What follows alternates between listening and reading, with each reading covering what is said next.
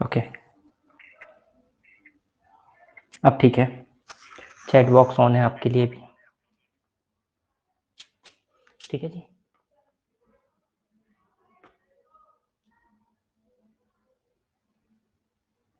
आ गए सभी बच्चे, लाइव आ गए। चलिए, लगभग सभी बच्चे आ चुके हैं। अब आज से हम लोग अपना बैच स्टार्ट करेंगे। क्लासेस आपकी अब प्रॉपरली चलेंगी, ठीक है। कंटिन्यू क्लासेस रहेंगी।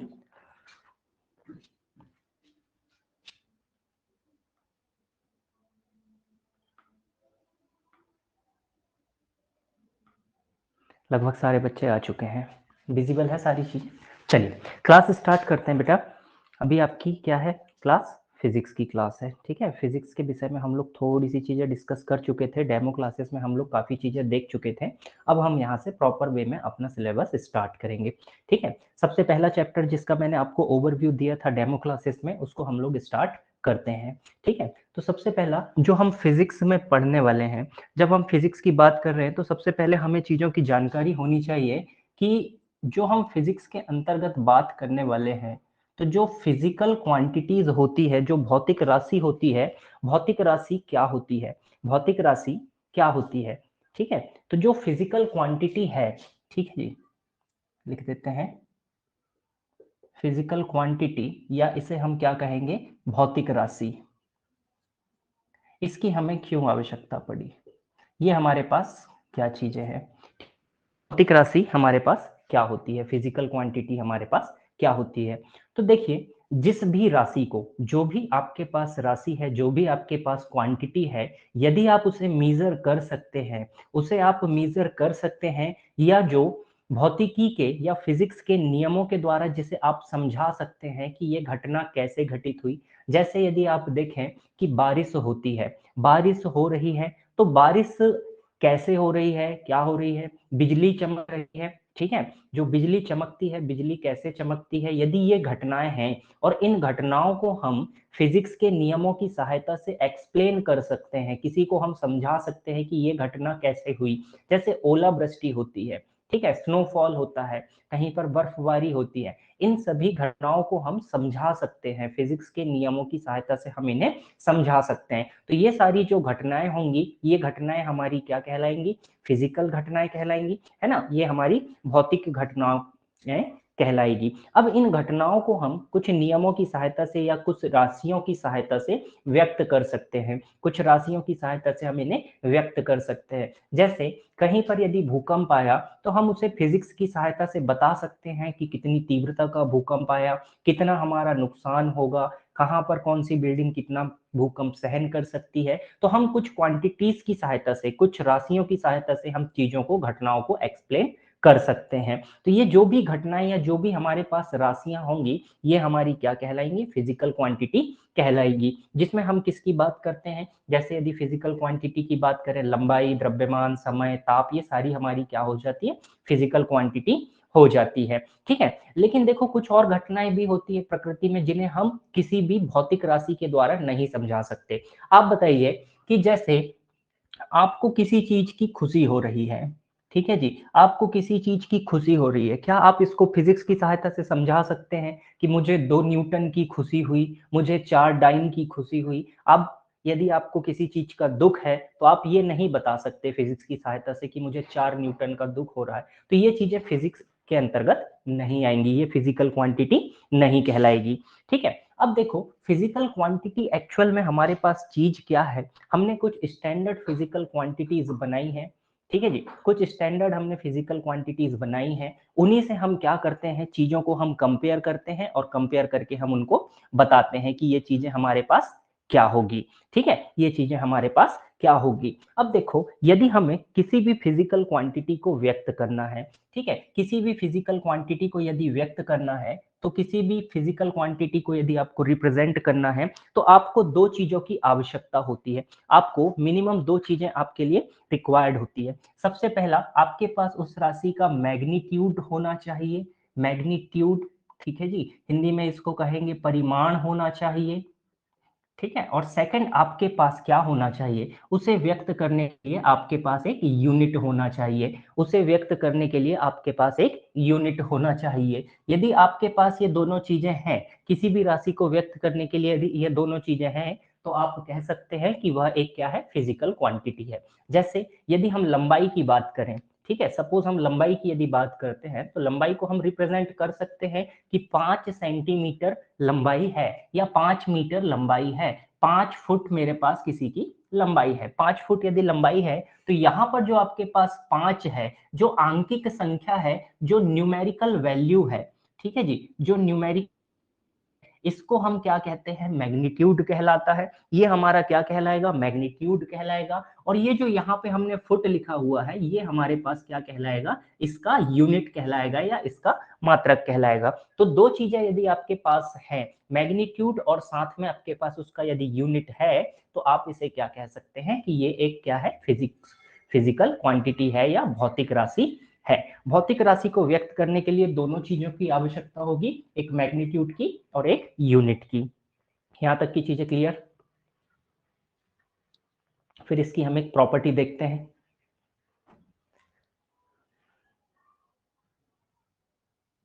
ओके,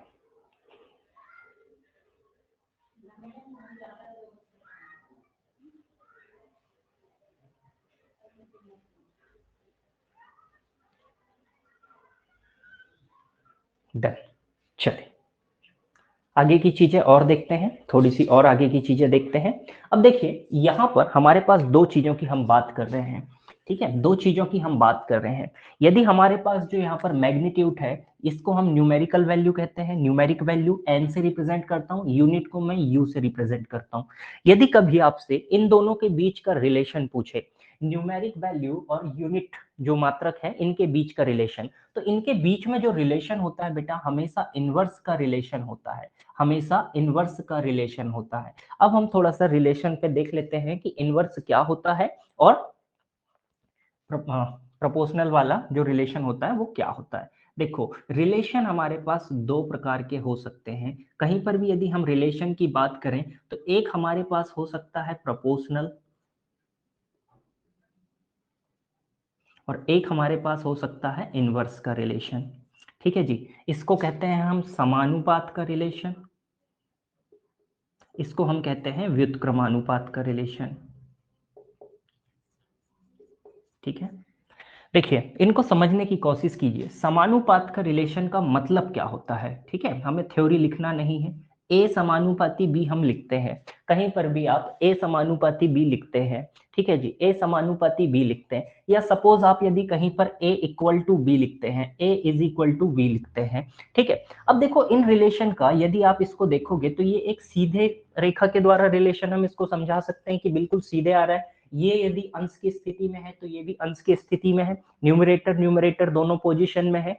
इस कंडीशन में इस रिलेशन को हम कहेंगे समानुपात का रिलेशन। इसका मतलब क्या होता है कि जब भी ए की वैल्यू यदि इंक्रीज होगी, ए की वैल्यू इंक्रीज होगी, तो बी की वैल्यू भी इंक्रीज होगी, क्योंकि दोनों कैसी है, बराबर है। जैसे ए में यदि आपने 100 बढ़ा दिया, तो बी में भी आपको 100 बढ़ाना पड़ेगा, साथ में दोनों में आपको 100 100 इंक्रीज करना पड़ेगा, तभी आपका रिलेशन क्या रहेगा, इक्वल रह पाएगा। यदि आपने ए में 100 बढ़ा दिया, बी में 100 नहीं बढ़ा, तो रिलेशन आपका कभी भी इक्वल नहीं हो पाएगा। ठीक है, तो ये जो रिलेशन है इसको हम कहते हैं समानुपात का रिलेशन। इसमें क्या होगा, एक क्वांटिटी यदि बढ़ेगी तो दूसरी क्वांटिटी भी आपकी हमेशा बढ़ेगी, एक क्वांटिटी बढ़ेगी तो दूसरी क्वांटिटी भी आपकी बढ़ेगी। लेकिन एक जो हमारे पास सेकंड रिलेशन है, सेकंड जो रिलेशन होता है जिसको हम व्युत्क्रमानुपात का रिलेशन कहते हैं, A is inversely proportional to B, इसको हम कैसे रिप्रेजेंट करते हैं, 1/b करके।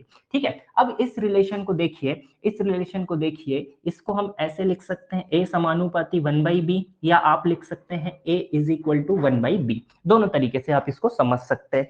अब देखिए इस रिलेशन का मतलब क्या होता है, इस रिलेशन का मतलब क्या होता है। इस रिलेशन का यदि आप मतलब देखेंगे, तो इसमें जब भी ए की वैल्यू यदि इंक्रीज होगी, तो बी की वैल्यू स्वाभाविकता क्या होगी, डिक्रीज होगी। एक वैल्यू यदि बढ़ेगी तो दूसरी वैल्यू हमेशा घटेगी, एक वैल्यू के मान में यदि वृद्धि होगी तो दूसरे के मान में कमी होगी। ए यदि डिक्रीज होगा तो बी हमेशा इंक्रीज होगा। ये दो प्रकार के रिलेशन आपको फिजिक्स में पढ़ने को मिलेंगे, इनवर्स वाला रिलेशन और डायरेक्ट प्रोपोर्शनल का रिलेशन। ठीक है जी, दोनों रिलेशन क्लियर हुए। डायरेक्ट प्रोपोर्शनल या डायरेक्ट जो रिलेशन बनेगा, दोनों यदि न्यूमरेटर की पोजीशन पे है तो क्या होगा, एक वैल्यू इंक्रीज होगी तो दूसरी भी इंक्रीज होगी। और यदि इनवर्स का रिलेशन है, देख लो आप सीधा यहाँ पर यदि आप एरो बनाना चाहोगे दोनों के दोनों सीधा बनेगा, लेकिन यहाँ पर जो कंडीशन बनेगी ये कुछ इनवर्स वाली बनेगी। ठीक है, आपकी डायरेक्शन डाउनवर्ड हो जाएगी, ए टू बी में आप रिलेशन जा रहे हो। इस कंडीशन में जब भी इनवर्स का रिलेशन होगा, जब भी व्युत्क्रमानुपाती वाला आपके पास कोई क्वेश्चन आएगा, एक चीज यदि बढ़ेगी तो दूसरी चीज हमेशा डिक्रीज होगी। ठीक है, चीज क्लियर हुई।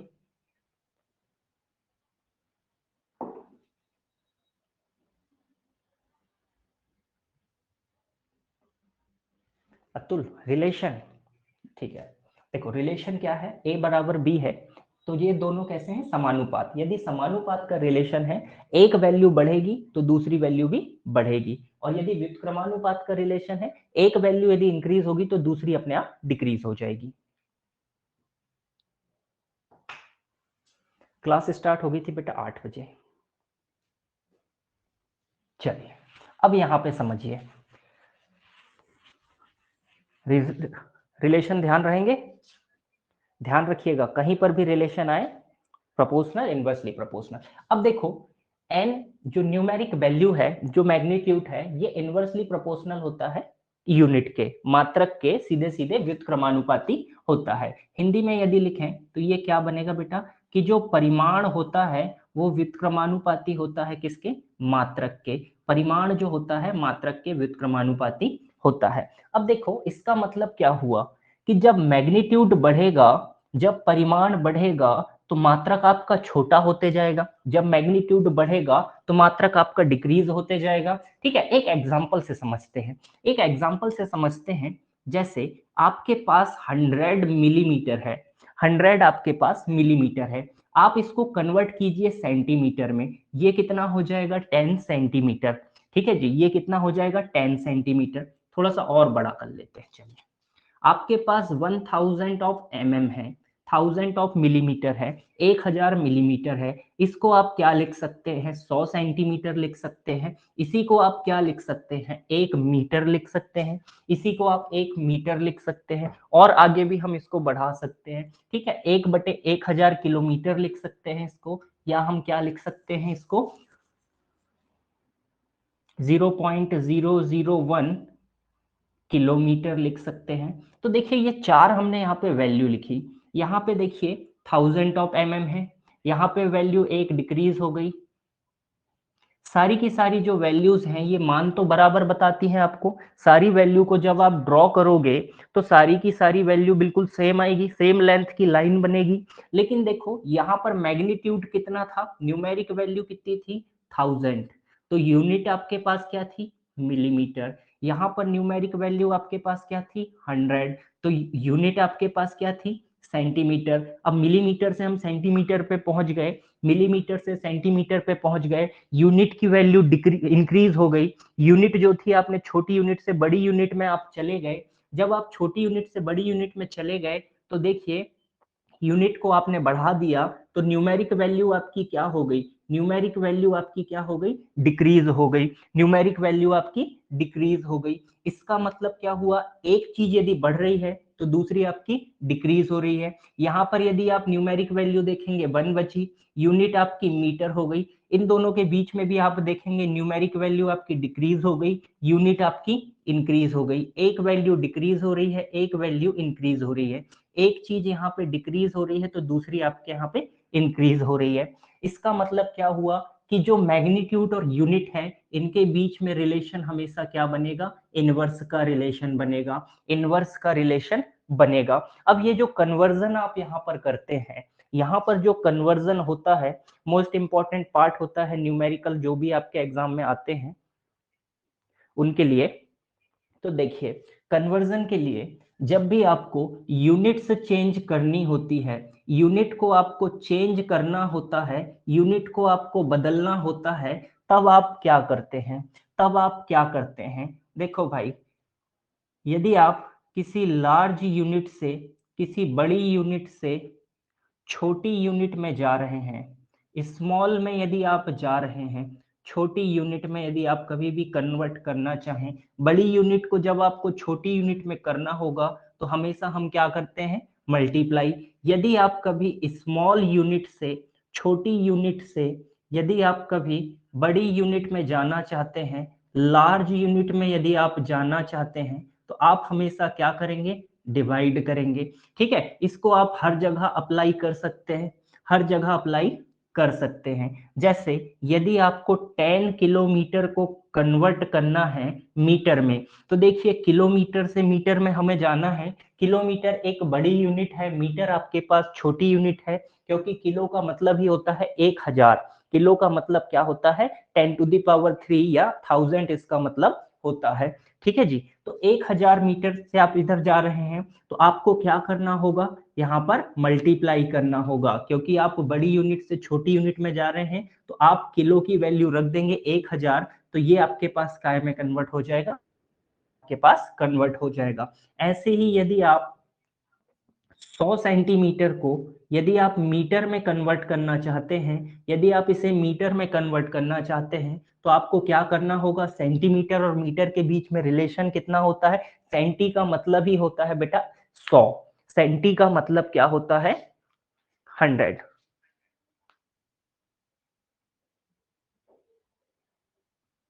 है तो बेटा ये जितेंद्र जी, इसमें वही बच्चे हैं जो ग्रुप में ऐड थे।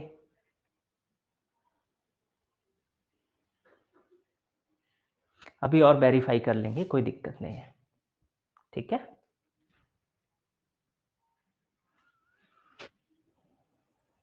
चलिए, तो 100 से हमें क्या करना होगा? डिवाइड करना होगा। तो जब आप 100/100 करेंगे, यहाँ पे 1 आ जाएगा। 10 किलोमीटर, जब किलोमीटर को मीटर में कन्वर्ट करना है, बड़ी को छोटी में लेके जाना, मल्टीप्लाई करेंगे। जब स्मॉल यूनिट को बड़ी यूनिट में लेके जाना है, आपको डिवाइड करना होगा। कंसेप्ट क्लियर हुआ?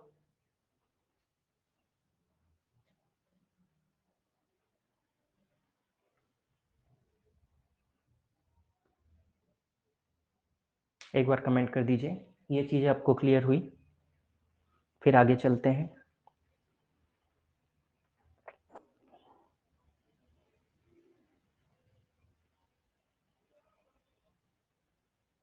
ओके,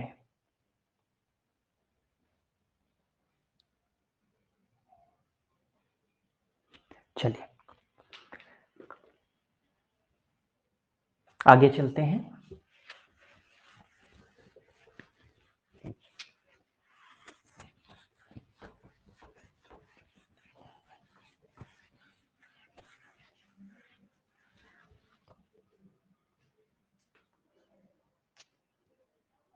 आगे देखिए,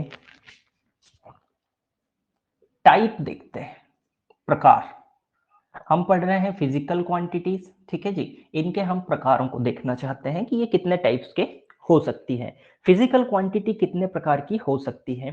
ठीक है, तो देखिए फिजिकल क्वांटिटी को हम रिप्रेजेंट करने के लिए सबसे पहला जो आपका टाइप है, जो पहला आपका टाइप है, ये होता है अनुपातिक राशियां, रेशियो या अनुपात वाली राशियां। कोई आप ऐसी राशि बता सकते हैं जिसमें अनुपात हम लेते हैं? और जब भी हम अनुपात लेते हैं, दो राशियों को, समान राशियों को जब आप बटे में लिखते हैं या अनुपात के रूप में लिखते हैं, तो उसका कोई मात्रक नहीं होता, उसकी कोई भी यूनिट नहीं आती। जैसे आपने पढ़ा होगा रिफ्रैक्टिव इंडेक्स, जिसको अपवर्तनांक कहते हैं। ठीक है, एक आपने पढ़ा होगा आपेक्षिक घनत्व, आपेक्षिक घनत्व, रिलेटिव डेंसिटी। दोनों चीजें आपने पढ़ी है।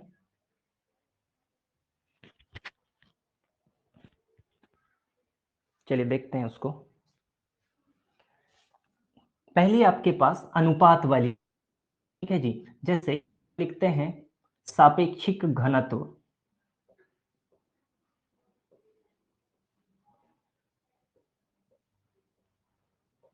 रिलेटिव डेंसिटी,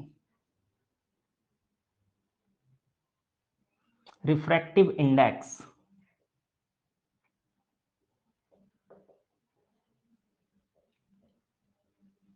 इसको कहते हैं अपवर्तनांक। ये कुछ ऐसी राशियां हैं जो अनुपात के रूप में आती हैं। दो सेम चीजों का जब आप रेशियो लेते हैं तब ये हमारे पास निकल के आती है। जैसे यदि हम रिलेटिव डेंसिटी की बात करें, रिलेटिव डेंसिटी एक्चुअल में होती क्या है? डेंसिटी किसी भी बॉडी की या किसी भी मैटर सब्सटेंस की जो डेंसिटी होती है, जब उसको वाटर की डेंसिटी के साथ आप कंपेयर करते हैं, उसका रेशियो लेते हैं, तब आपके पास क्या निकल के आती है? रिलेटिव डेंसिटी, सापेक्षिक घनत्व। ये यूनिट लेस होती हैं, इनकी कोई भी यूनिट नहीं होती। हम कह सकते हैं कि ये राशियां मात्रकहीन होती है, इन्हें हम नहीं माप सकते, इनका कोई भी मात्रक नहीं होता। ये सिर्फ न्यूमेरिक वैल्यू इनमें होती है, न्यूमेरिक वैल्यू ओनली होती है, केवल आंकिक मान इनका होता है, केवल और केवल इनका आंकिक मान यहाँ पर हमारे पास होगा। तो ये कुछ ऐसी वैल्यूज होती हैं, ठीक है जी, ये हमारे पास कुछ ऐसी वैल्यू होती है। इसके अलावा और दो प्रकार की हमारे पास क्वांटिटीज होती हैं। एक हमारे पास होती है स्केलर, और थर्ड हमारे पास क्वांटिटी होती है वेक्टर। स्केलर को हम कह सकते हैं अदिश राशि, ये हमारे पास अदिश होती है। वेक्टर हमारे पास होती है सदिश राशि। दोनों में क्या डिफरेंस होता है अदिश और सदिश में? इसमें जो आपके पास स्केलर क्वांटिटी है, इसमें हमारे पास केवल एक ही चीज होती है, क्या भाई? Only magnitude. सिर्फ इसमें मैग्नीट्यूड की आवश्यकता होती है। और जो आपके पास वेक्टर क्वांटिटीज हैं, इनमें आपके पास क्या होता है? मैग्नीट्यूड, और मैग्नीट्यूड के साथ साथ आपको किसकी आवश्यकता पड़ती है? डायरेक्शन की भी आपके पास आवश्यकता पड़ती है। ओनली मैग्नीट्यूड, इसको कहेंगे परिमाण, और डायरेक्शन को आप कहेंगे दिशा। तो जिसमें परिमाण और दिशा दोनों हो, उसे आप क्या कह सकते हैं? सदिश राशि कह सकते हैं। और जिसमें आपके पास केवल मैग्नीट्यूड हो, उसे आप स्केलर क्वांटिटी कह सकते हैं। यहां से एक बड़ा फेमस क्वेश्चन आपका बनता है, आई होप आपको याद हो। एरिया इज अ, एरिया जो होता है, इसे आप कह सकते हैं क्षेत्रफल है, ठीक है जी। सदिश है, सेकंड ऑप्शन आपके पास अदिश है, ठीक है। यही आपको थोड़ा सा कंफ्यूज करता है कि एरिया आपके पास वेक्टर है या आपके पास स्केलर है। कमेंट कीजिए, एरिया इज वेक्टर और स्केलर।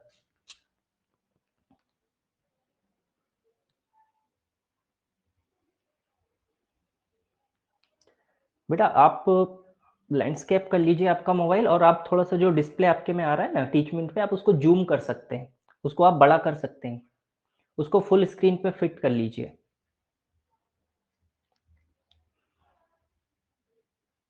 ठीक है।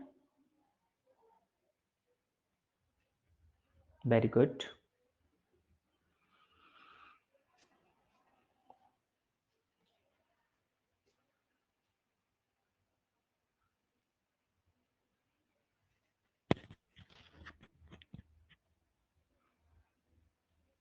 कंफ्यूज करता है ये क्वेश्चन, ठीक है, लेकिन इसका आप ध्यान रखिएगा कि जो आपके पास एरिया है, ये एक वेक्टर क्वांटिटी है बेटा। एरिया का आप वेक्टर क्वांटिटी में शामिल है, एरिया आपका वेक्टर क्वांटिटी है, सदिश राशि है आपकी, ठीक है। क्षेत्रफल एक सदिश राशि होता है, एरिया का हम वेक्टर लेते हैं, ठीक है।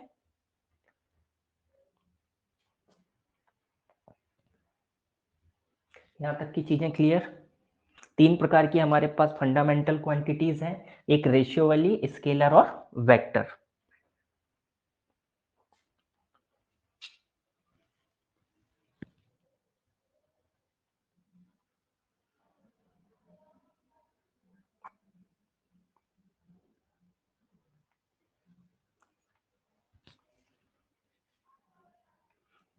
ओके, चलिए आगे चलते हैं।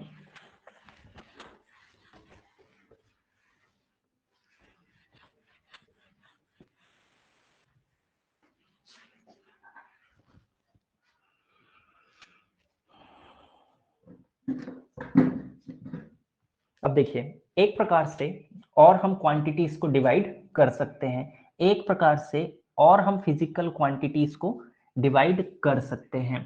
ठीक है जी, एक प्रकार से और हम इन्हें डिवाइड कर सकते हैं। ठीक है, एक प्रकार से और कैसे डिवाइड कर सकते हैं? एक हमारे पास होती है फंडामेंटल क्वांटिटीज, एक हमारे पास होती है फंडामेंटल क्वांटिटीज, एक हमारे पास होती है ड्राइव्ड क्वांटिटीज। फंडामेंटल, इसको क्या कहेंगे भाई हिंदी में? मूल राशि।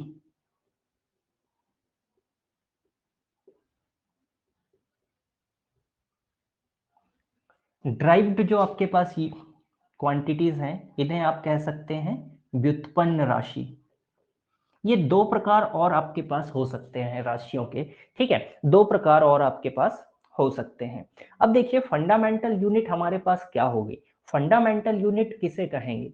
फंडामेंटल यूनिट वह यूनिट है, फंडामेंटल यूनिट या मूल राशि वे राशि है जिन्हें हमें डिफाइन करने के लिए किसी और राशि की आवश्यकता ना पड़े, जो कैसी हो, जो इंडिपेंडेंट हो। और यदि ये किसी के ऊपर डिपेंड कर रही है, यदि डिपेंड कर रही है, तो वह किस में आ जाएगी? व्युत्पन्न राशि में आ जाएगी। जो स्वतंत्र हो, एक दूसरे से स्वतंत्र हो, जिसे समझाने के लिए हमें किसी और राशि की आवश्यकता ना पड़े, वह क्या कहलाएगी? हमारी फंडामेंटल यूनिट कहलाएगी। अब देखो, हम पहले बहुत सारी यूनिट, अलग अलग यूनिट का यूज करते थे, लेकिन 1976 के बाद से, 1976 इसके बाद से जो हमारा देश है, इंडिया में एसआई यूनिट को फॉलो करने लगा। इंडिया में एसआई सिस्टम फॉलो होने लगा। कब से? 1976 के बाद से इंडिया भी एसआई सिस्टम को फॉलो करने लगा। तो जो एसआई सिस्टम है, इसमें जो हमारे पास फंडामेंटल यूनिट है, इनके विषय में हम लोग बात कर चुके हैं। सबसे पहला हमारे पास लंबाई है। ठीक है, हम आगे लिखेंगे। लेंथ है, मास है, ठीक है, टाइम है। ये हमारे पास तीन बेसिक क्वांटिटीज हो गई। इसके अलावा हम और किसकी बात करते हैं? इलेक्ट्रिक करंट हो गया, टेम्परेचर हो गया, अमाउंट ऑफ सब्सटेंस हो गया, ल्यूमिनस इंटेंसिटी हो गई। तो ये हमारे पास बेसिक क्वांटिटीज हो जाती हैं। लेकिन कुछ क्वांटिटीज ऐसी भी है जो हम ड्राइव्ड करते हैं, इनके विषय में भी हम लोग फर्स्ट क्लास में थोड़ा सा डिस्कस कर चुके हैं। जैसे हमारे पास एरिया है, वॉल्यूम है, ये सारी क्या है हमारे पास? प्रेशर है, बहुत सारी होती हैं। ठीक है, ये सारी चीजें किस में आ जाएगी? हमारी डिराइव्ड यूनिट में हमारी ये चीजें आ जाती हैं। ठीक है, तो ये हमारे पास कुछ बेसिक सिस्टम हमने जो डिवाइड किया कि कितने प्रकार से हम किन्हीं भी जो क्वांटिटीज हैं, क्वांटिटीज को हम कितने तरीकों से डिवाइड कर सकते हैं। ठीक है जी, अब जितनी भी चीजें हमारे पास हैं, इन्हें मेजर करने के लिए, इन्हें मेजर करने के लिए हमने कुछ क्या बनाया? यूनिटों को बनाया हुआ है। कुछ यूनिट का हमने सिस्टम बनाया हुआ है। उस सिस्टम के विषय में हम लोग देख लेते हैं। थोड़ा सा एक बार रिकॉल कर लें कि जो सिस्टम्स हमने बनाए हुए हैं, इनको मेजर करने के लिए जो यूनिटरी सिस्टम हमने बनाया है, उस यूनिटरी सिस्टम को हम लोग देख लेते हैं। जैसे हमारे पास फिजिकल क्वांटिटीज है, वैसे ही हमारे पास फिजिकल यूनिट्स होती हैं। अब फिजिकल यूनिट्स की यदि हम बात करें, तो फिजिकल यूनिट में हमने चार सिस्टम के विषय में हम लोग पढ़ते हैं। सीजीएस पहला सिस्टम, ठीक है जी। इसके बाद एमकेएस सिस्टम, इसके बाद हम लोग पढ़ते हैं एफपीएस सिस्टम, और फिर हमने बताया था आपको कि एमकेएस सिस्टम को ही हमने इंक्रीज करके एसआई सिस्टम बनाया हुआ है, सिस्टम ऑफ इंटरनेशनल, है ना। इसी को हमने क्या करा? और डेवलप किया, और इसी को हमने फॉलो किया। हम कब से फॉलो कर रहे हैं? तो आप याद रखेंगे 1976 के बाद से हम लोग भी एसआई सिस्टम को फॉलो करने लगे हैं। ठीक है, 1976 के बाद से हम भी एसआई सिस्टम को फॉलो करने लगे हैं। तो देखो, जैसे फिजिकल क्वांटिटीज है, वैसे ही हमारे पास फिजिकल यूनिट। हमें केवल एसआई सिस्टम की यूनिट्स पर ध्यान देना है, और कुछ कुछ हमें सीजीएस सिस्टम की भी यूनिट पे ध्यान देना है। देखो, आप लोग दो सब्जेक्ट पढ़ोगे एक साथ, आप लोग दो सब्जेक्ट पढ़ेंगे। आपको पढ़ना है फिजिक्स भी, आपको पढ़नी है केमिस्ट्री भी। ठीक है जी, फिजिक्स में आप हर जगह सिस्टम यूज करते हैं एसआई सिस्टम, क्योंकि यहाँ पर एसआई सिस्टम हमारे लिए ठीक होता है, क्योंकि यहाँ पर हम मास की बात भी करते हैं तो किलोग्राम में बात करते हैं। एसआई सिस्टम फिजिक्स के लिए बिल्कुल सही सिस्टम बैठता है। लेकिन जब आप केमिस्ट्री की बात करते हैं तो केमिस्ट्री में आपको ज्यादातर चीजें सीजीएस सिस्टम में देखने के लिए मिलेगी। केमिस्ट्री में आपको ज्यादातर चीजें सीजीएस सिस्टम में देखने के लिए मिलेगी।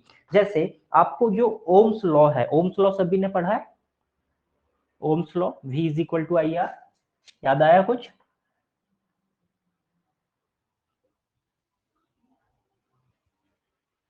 यस। तो देखो ओम्स लॉ जब आप पढ़ते हो तो फिजिक्स में आप बात करते हो कि एरिया कितना होना चाहिए, ठीक है, ये यहां से निकल के आता है R is equal to rho L upon A. यहां पर हम एरिया की बात करते हैं 1 मीटर स्क्वायर, लेंथ की बात करते हैं 1 मीटर, ठीक है, तब हम रो को डिफाइन कर पाते हैं, तब हम रो को डिफाइन कर पाते हैं किसमें? फिजिक्स में। यही लॉ जब आप केमिस्ट्री में पढ़ोगे तो R is equal to rho L upon A होगा, लेकिन वहां पर एरिया आपका हो जाएगा 1 सेंटीमीटर स्क्वायर, लेंथ हो जाएगी 1 सेंटीमीटर, ठीक है।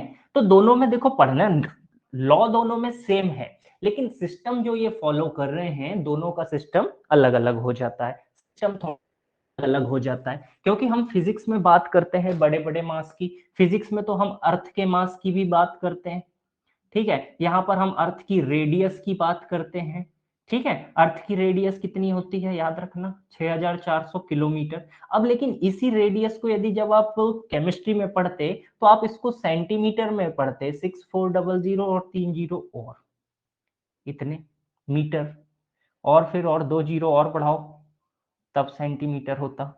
तो हम केमिस्ट्री में बहुत छोटे छोटी यूनिट्स की बात करते हैं, केमिस्ट्री के लिए छोटी यूनिट लगती है, इसीलिए हम वहां पर सीजीएस सिस्टम का यूज करते हैं, ठीक है। तो हम फिजिक्स में जितनी भी चीजें करेंगे हम एसआई सिस्टम को फॉलो करेंगे, और केमिस्ट्री में आप ज्यादातर जगह पर किसका यूज करोगे? सीजीएस सिस्टम का। फिजिक्स में भी कुछ चैप्टर हैं जिनको सीजीएस सिस्टम में हम पढ़ते हैं, ठीक है, जैसे हीट वगैरह जब आप पढ़ोगे तो हीट के लिए आप भी सीजीएस सिस्टम को हम काफी हद तक वहां पर भी फॉलो करते हैं कि 5 ग्राम पदार्थ है, 10 ग्राम पदार्थ है, या न्यूक्लियर जब आप पढ़ोगे न्यूक्लियर, तो सिस्टम से कंफ्यूज नहीं होना। 4 प्रकार के हमारे पास सिस्टम है, ठीक है। अब देखो एसआई सिस्टम जो है इसको आप याद रखिएगा, एसआई सिस्टम में जो टोटल हमारे पास यूनिट है, एसआई सिस्टम में जो हमारे पास यूनिट है उनके विषय में हम लोग बात करते हैं, ठीक है जी। इसमें हम 2 प्रकार की यूनिट की बात करते हैं, कुछ हमने फंडामेंटल यूनिट डिफाइन की है और 2 हमारे पास सप्लीमेंट्री है। पहले हम फंडामेंटल यूनिट देख लेते हैं, ठीक है। मूल राशि आप इसे कह सकते हैं, इनके विषय में लेंथ हिंदी में कहेंगे लंबाई, इसको हम मेजर करेंगे किसमें? इसकी जो यूनिट या इकाई होती है, इकाई आप इसकी लिख सकते हैं मीटर, ठीक है जी। मास, ये आपके पास हो जाएगा द्रव्यमान, द्रव्यमान को हम एसआई में मेजर करते हैं किलोग्राम में, इसे आप लिखते हैं किग्रा, ठीक है। टाइम, समय, इसके लिए तो एक ही यूनिट है आपके पास, सेकंड। ये तो 3 हो गई जिनका हम यूज करते हैं डायमेंशनल फॉर्मूला बनाने में, ठीक है, ज्यादातर डायमेंशनल फॉर्मूला एम एल और टी के रूप में ही आपके पास रहेंगे, ठीक है। इसके अलावा यहाँ पर हम और भी चीजों की बात करते हैं, जैसे एक आपके पास आता है इलेक्ट्रिक करंट, हिंदी में कहेंगे विद्युत धारा, इसकी ऐसा यूनिट कमेंट करो, इसकी ऐसा यूनिट कमेंट करो, इलेक्ट्रिक करंट की और टेम्परेचर की, टेम्परेचर ताप,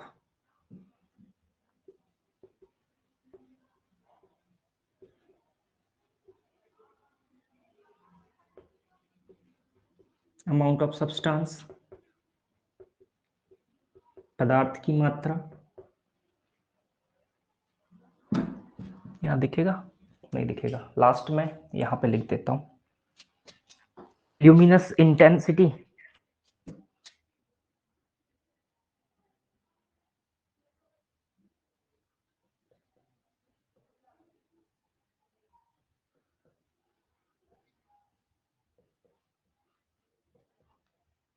ज्योति तीव्रता।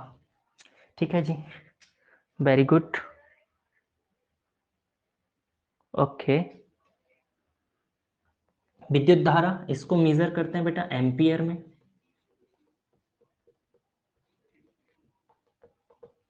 ताप का ऐसा यूनिट आपका केल्विन हो जाता है, कैपिटल के से रिप्रेजेंट कर सकते हैं। पदार्थ की मात्रा मोल आपके पास हो जाता है।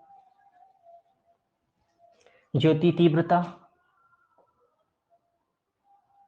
कैंडेला से रिप्रेजेंट करते हैं, सी और डी, इससे हम इसको रिप्रेजेंट करते हैं। ये हमारे पास फंडामेंटल यूनिट्स हो गई, ये 7 आपकी फंडामेंटल यूनिट हो गई। ठीक है जी, ये भी आपके एग्जाम में पूछा गया क्वेश्चन है एक बार कि एसआई सिस्टम में फंडामेंटल यूनिट कितनी है, 7 है। जैसे आप लिखना चाहें, कैंडिला, कैंडेला,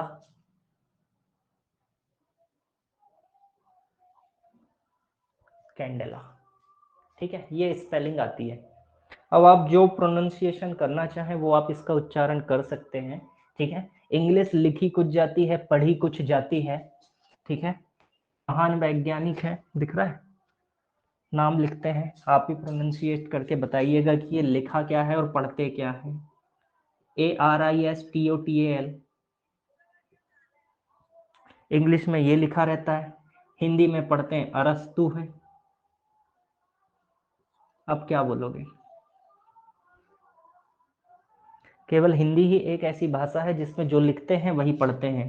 इंग्लिश में जो लिखा जाता है वो कभी नहीं पढ़ा जाता, और जो पढ़ा जाता है वो कभी नहीं लिखा जाता। हिंदी बेस्ट भाषा है भाई। चल, इसके बाद 2 और यूनिट इसमें ऐड की गई है।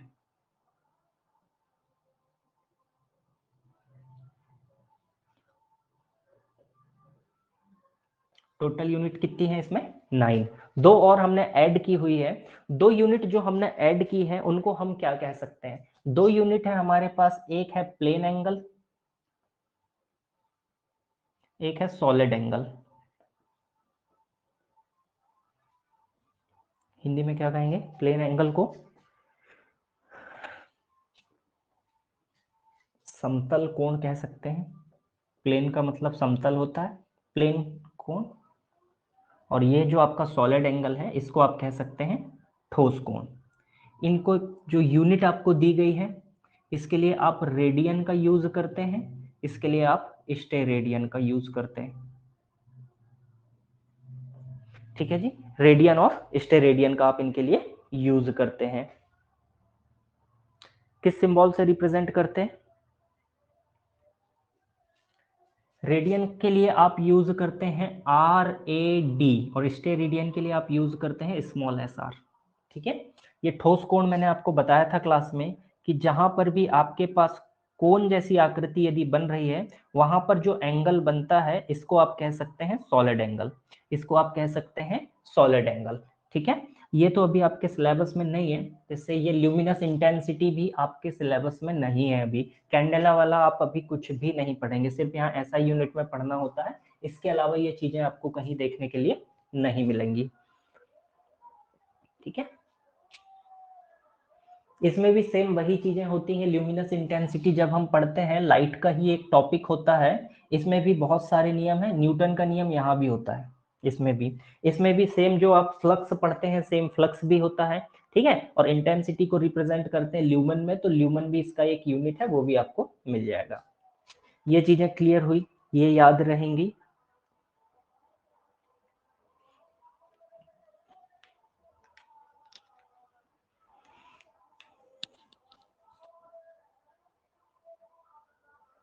ओके, चलिए याद रखिएगा एसआई सिस्टम में 7 हमारे पास फंडामेंटल यूनिट हैं और 2 हमारे पास सप्लीमेंट्री यूनिट्स हैं।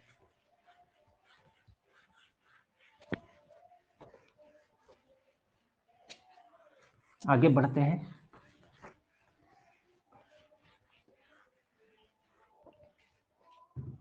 हमारे पास सभी प्रकार की राशियां आ सकती हैं, जितने भी प्रकार हैं हम कितने भी प्रकार की राशियों का यूज कर सकते हैं। देखो, हमें जब लेंथ को मेजर करना होता है, जब हमें लेंथ को मेजर करना होता है तो हम छोटी लेंथ को भी मेजर करते हैं, बड़ी लेंथ को भी हम मेजर करते हैं।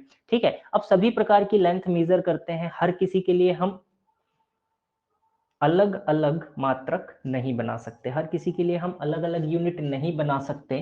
तो यूनिट नहीं बनाने के लिए हम किसका यूज करते हैं, कुछ हमने प्रीफिक्स बनाए हुए हैं, कुछ हमने प्रीफिक्स बनाया हुआ है, जिस हिंदी में क्या कहेंगे, कुछ हमने प्रीफिक्स बनाए हुए हैं। ठीक है जी, हमारे पास कुछ प्रीफिक्स होते हैं जिनका हम यूज करते हैं। जैसे अब हमारे पास सिंपल एक मीटर है,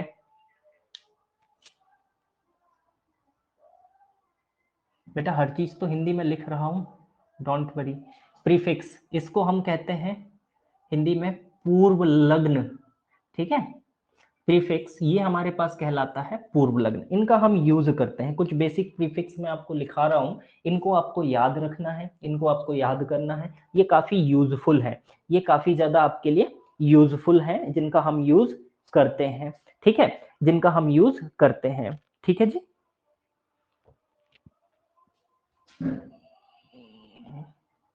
10⁻12, कमेंट करते जाइए यदि आप इनके विषय में जानते हैं तो। 10⁻9, 10⁻6, 10⁻3, 10⁻2, 10⁻1, इनके विषय में बताएंगे। ये बढ़ते हुए हैं। इसके अलावा हम लिखते हैं 10⁻−1, 10⁻−2, 10⁻−3, 10⁻−6, 10⁻−9, 10⁻−12।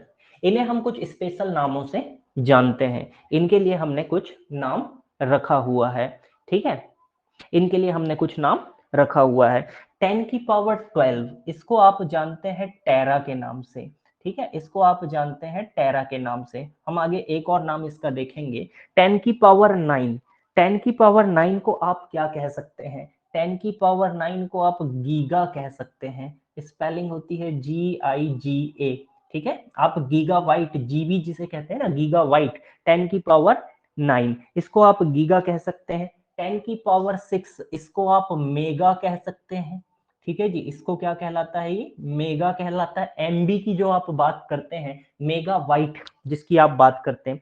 10⁻3 इसे आप सिंपली किलो कहते हैं, इसको आप क्या कहते हैं, किलो के नाम से जानते हैं। 10⁻2, 10⁻2 ये थोड़ा सा आपके लिए अलग होगा, इसका शायद आपने यूज नहीं किया हो, लेकिन याद रखिएगा इसको हम कहते हैं हेक्टो, इसको कहते हैं हेक्टो। ठीक है जी, 10⁻1 इसको आप क्या नाम से जानते हैं, 10⁻1 इसे आप किस नाम से जानते हैं, तो डेका के नाम से इसे जाना जाता है। DECA इसकी स्पेलिंग हो जाएगी। ये तो हो गए हमारे पास बड़े। ठीक है, अब देखो 10⁻−1 इसको डेका कहा, इसको हम क्या कहेंगे, इस ये कहलाता है आपका डेसी। ये क्या कहलाएगा, डेसी आपके पास कहलाएगा। 10⁻−2 इसको आप क्या कह सकते हैं, इसको कहेंगे सेंटी, CENTI। 10⁻−3 इसको आप कहेंगे मिली, इसको कहेंगे मिली, डबल एल आता है भाई। 10⁻−6 इसको क्या कहा जा सकता है, 10⁻6 को आप क्या कह सकते हैं, 10⁻6 ये आपका कहलाएगा माइक्रो, इसी को हम रिप्रेजेंट करते हैं म्यू से, माइक्रो या माइक्रोन आप इसे कह सकते हैं। 10⁻−9 इसी को आप नैनो कहते हैं। 10⁻12 इसको आप क्या कहेंगे, पिको कहलाता है। 10⁻12 क्या कहलाएगा, पिको कहलाएगा। ये कहलाएगा आपका पिको। तो इनका हम काफी जगह यूज करते हैं, इनका हम काफी जगह यूज करते हैं, बहुत यूजफुल वैल्यूज हैं ये। जैसे आपके पास लिखा है 1 मिलीमीटर, तो आप जानते हैं ये मिलीमीटर कोई ऐसा यूनिट नहीं है, मिलीमीटर ऐसा यूनिट नहीं है। ऐसा यूनिट आपके पास क्या होता है बेटा, ऐसा यूनिट क्या होता है, केवल मीटर। तो आपको बस मिली की वैल्यू पता होनी चाहिए, आप यहाँ पर वैल्यू पुट कर देंगे 1 × 10⁻³ मीटर। ये सिंपली आपका कन्वर्ट हो गया किसमें, एसआई यूनिट में। जैसे आपके पास लिखा है 1 किलोमीटर, 1 किलोमीटर आप जानते हैं ये 1 किलो कोई ऐसा यूनिट नहीं है, मीटर अकेली ऐसा यूनिट होती है 3, आप यहाँ पर मीटर लिख सकते हैं। ये एसआई सिस्टम में कन्वर्ट हो जाएगा काफी आसानी से। ठीक है, ये याद रहेंगी वैल्यूज।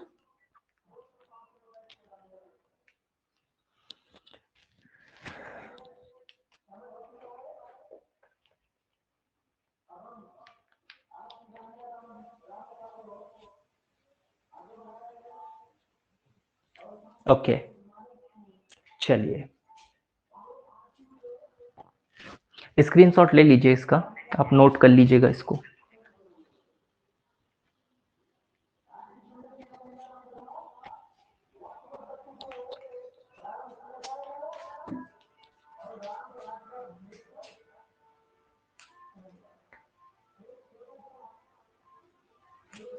चलिए इरेज करते हैं।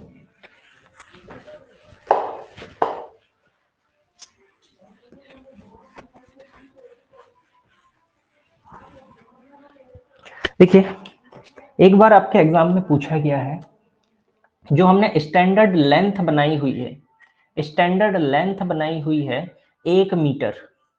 ठीक है, ऐसा यूनिट है। 1 मीटर की जो लेंथ है, 1 मीटर की लेंथ किसके बराबर होती है? 1 मीटर की लेंथ किसके बराबर होती है?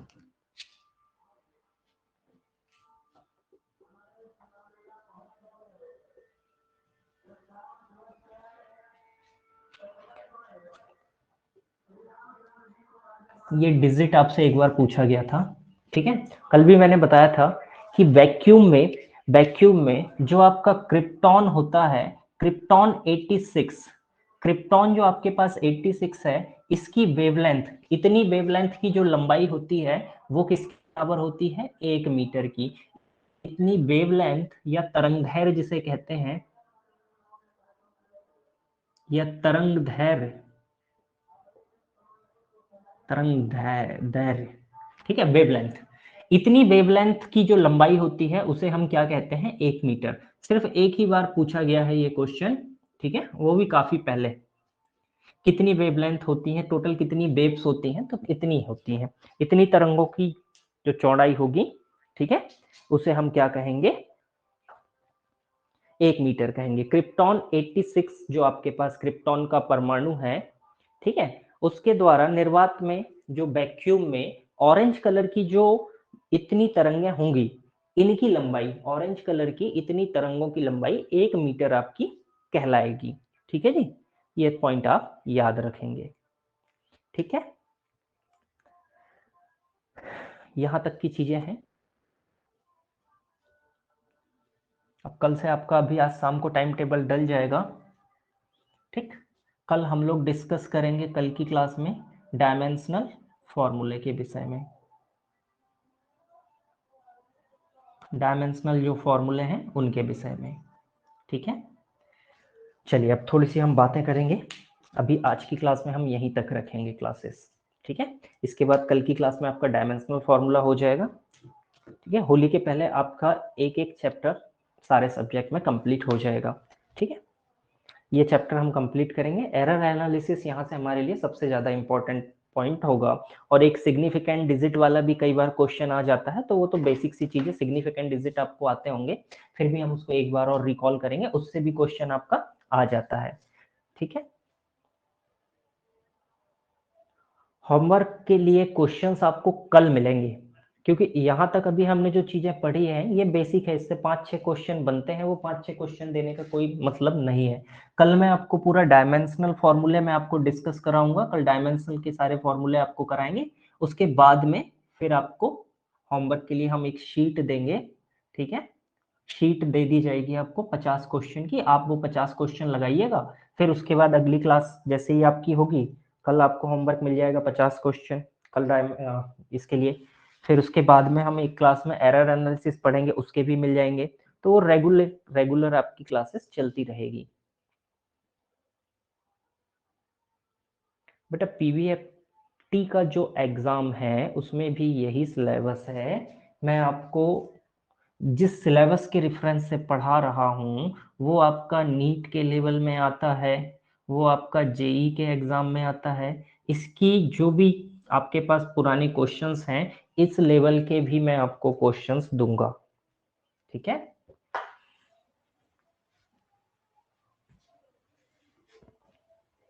बुक आप जो भी चाहें वो आप ले लीजिए, बुकों की कोई दिक्कत नहीं है, जो भी बुक आपको लगे आप ले सकते हैं। ठीक है, सभी प्रकार की बुकें अवेलेबल है।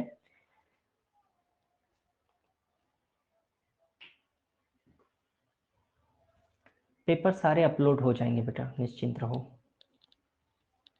प्रीवियस ईयर के भी आपको यदि पेपर फॉलो करने हैं तो प्रीवियस ईयर के ज़्यादा ही पुराने पेपर पे मत चले जाना।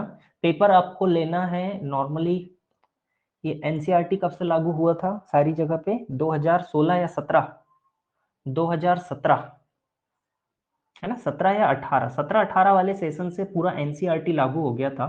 तो 17-18 के सेशन से आप इनके पेपर देख सकते हो, है ना, 18, 19, 20, 21, 22, ये 5 साल। हाँ जी, ये क्लासेस टीचमेंट पे आपकी सेव रहेगी। बायो और केमिस्ट्री की डेमो क्लास बेटा आपको कल मिल पाएगी, डेमो वाले बच्चे कल मिलेगी। बाकी आप लोगों की क्लासेस भी कल से कंटिन्यू हो जाएगी। 17-18 के बाद से जो भी पेपर्स हुए हैं वो आप पेपर देख सकते हैं। पुराने पेपर के लिए भी आपको चीजें मिल जाएंगी, पुराने पेपर में भी अच्छे क्वेश्चंस हैं, ऐसी दिक्कत नहीं है। लेकिन कुछ कुछ ऐसा पोर्शन है सिलेबस का जो पहले आता था उसको अभी नए एनसीईआरटी से थोड़ा सा हटा दिया गया है। ओके, बैच से रिलेटेड इंक्वायरी के लिए आपको रमाकांत सर से बात करनी होगी। सब्जेक्ट फिजिक्स मैथ्स इनसे रिलेटेड जानकारी आप मुझसे ले सकते हैं। मैं ओनर नहीं हूँ, मैं सिर्फ टीचर हूँ। ठीक है, अर्चना जी अपडेट करवा देंगे ग्रुप में हम। ओके,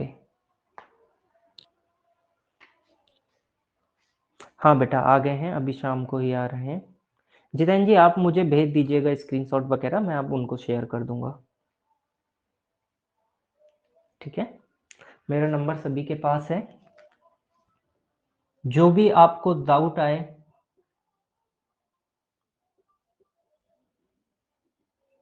बस क्लास के बीच में फ़ोन बस मत करना। ठीक है, क्लास के बाद आप व्हाट्सएप करें, आपके डाउट सॉल्व हो जाएंगे। ठीक है, जहां भी प्रॉब्लम आए आप कॉल कर सकते हैं। हाँ जी आ चुके हैं, अभी शाम को ही पहुंचे 5 बजे। ठीक है, क्लासेस के टाइमिंग को लेके इशू, टाइमिंग, टाइम बताइए किस टाइम में रखें क्लास। मैथ्स वाले कितने बच्चे हैं एक बार जरा कमेंट करना।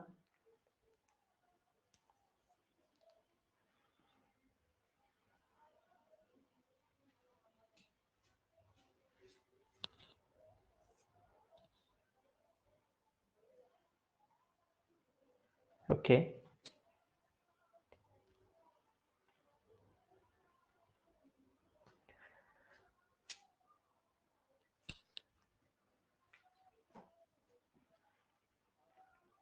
मॉर्निंग सेशन में रखें फिजिक्स और मैथ्स की क्लास, सुबह सुबह, या इवनिंग सेशन में।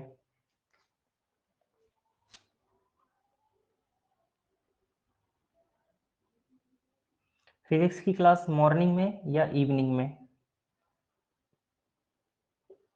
इवनिंग में भी ये हो पाएगी, मे बी वही 15 तारीख के बाद ही चेंज कर पाएंगे टाइम, 4 बजे से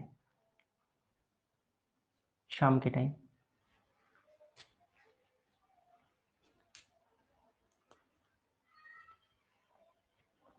क्लासेस आपके पास रिकॉर्ड रहेंगी सारी। ठीक है, मैंने अभी आपको जिस ग्रुप में जोड़ा है उसमें पुरानी भी कुछ क्लासेस पड़ी हुई हैं रिकॉर्डेड, आप वो भी देख सकते हैं। ठीक है, इसमें लगभग 25-30 क्लासेस पड़ी हुई हैं, लेकिन वो रेगुलर नहीं है क्लासेस, बीच बीच की है रिकॉर्डिंग, आप देख सकते हैं, चेक कर सकते हैं फिजिक्स की क्लास में। ठीक है, रिकॉर्डिंग वाले जैसे ही आप टीचमेंट पे जाएंगे रिकॉर्डिंग सेक्शन में जाएंगे, आपको रिकॉर्डिंग वाली क्लासेस भी मिल जाएगी। अभी उसमें लगभग 30 के समथिंग क्लासेस पड़ी हुई है, 25 से 30 घंटे का क्लास पड़ी हुई है। सुबह 8:30 मॉर्निंग,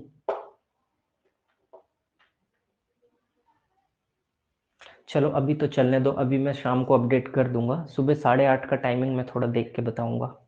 ठीक है, एक फिक्स टाइमिंग आज हो जाएगा, आपका टाइम टेबल हो जाएगा। नहीं भाई सुबह सुबह ना उठाओ। चलिए ठीक है, अपडेट करते हैं, अभी सारी टाइमिंग हम लोग अभी अपडेट कर देंगे।